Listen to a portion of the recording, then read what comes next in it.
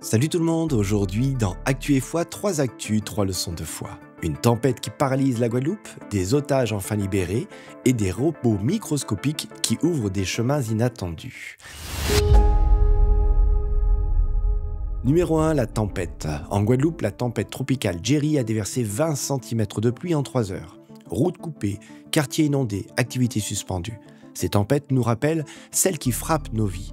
Imprévue, brutale, parfois dévastatrice. Dans l'Évangile, Jésus se retrouve lui aussi face à une tempête. Dans Marc 4, verset 39, il est dit « Il se leva, menaça le vent et dit à la mer « Silence, tais-toi !»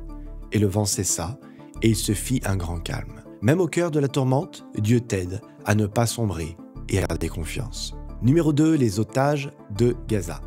Les otages de la bande de Gaza ont enfin retrouvé la liberté après des années passées sous terre dans des tunnels sombres, sans repères ni lumière du jour. Ils n'étaient pas enfermés dans une prison de pierre, mais dans un monde d'angoisse, d'attente et de peur. Parfois, nous aussi, nous vivons dans nos tunnels intérieurs, ceux du découragement, de la rancune ou du manque d'espérance.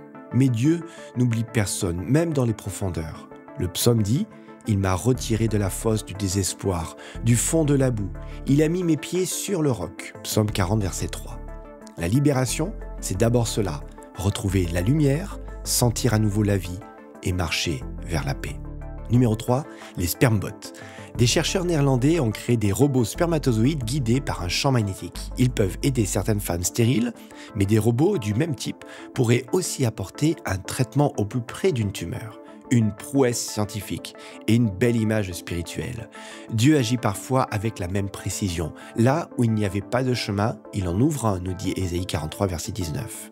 Même au cœur de nos blocages, Dieu trace des voies nouvelles pour la vie, la guérison et l'espérance. Conclusion, les tempêtes nous bousculent, les tunnels nous privent de la lumière, les obstacles nous freinent, mais Dieu, lui, continue d'apaiser, de libérer et d'ouvrir des chemins. Alors ne perdez pas courage, il est toujours à l'œuvre, même quand tout semble à l'arrêt. On se dit à la semaine prochaine pour notre rendez-vous Actu et Foi. D'ici là, prenez soin de vous et gardez les yeux fixés sur Jésus.